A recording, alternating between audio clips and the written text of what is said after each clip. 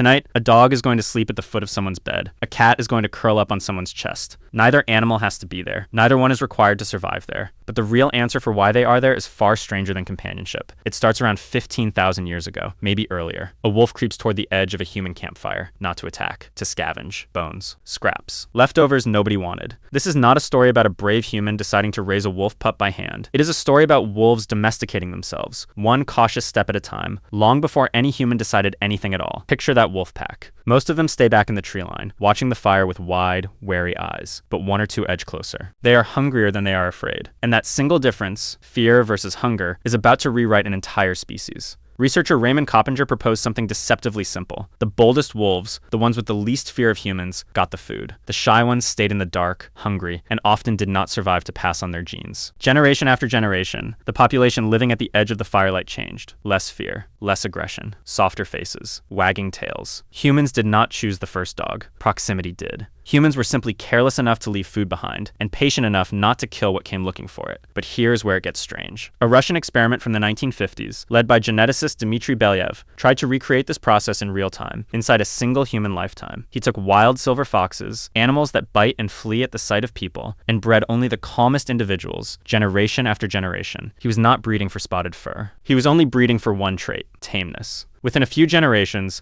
something nobody predicted began to happen. The foxes developed floppy ears anyway, curled, wagging tails, patchy, dog-like coats. Their skulls even changed shape. Belyaev had not asked for any of this. He had only selected for friendliness, and an entire suite of physical traits came along for the ride, as if calmness and cuteness were wired into the same genetic switch. Behavior changed first. The body simply followed. So why does any of this matter for the dog asleep on the bed tonight? Because the same wiring is still there, humming quietly under the surface. Your nervous system and a dog's nervous system, somewhat literally, grew close together over thousands of years. A 2015 study published in the journal Science, led by researcher Miho Nagasawa, found that when dogs and their owners stare into each other's eyes, both species release oxytocin, the same bonding hormone a parent releases while looking at an infant. Humans did not just tame an animal. Two species found a way to chemically reward each other for staying close, for choosing connection over distance, again and again, until it became instinct. Cats are a different story entirely, and it is the twist almost nobody expects. Cats were never bred for obedience. Nobody selected the friendliest cat to feed by the fire. There was no version of the Belyaev experiment for cats. No human deliberately softening their instincts generation by generation. Around 10,000 years ago, in the Fertile Crescent, humans started doing something new.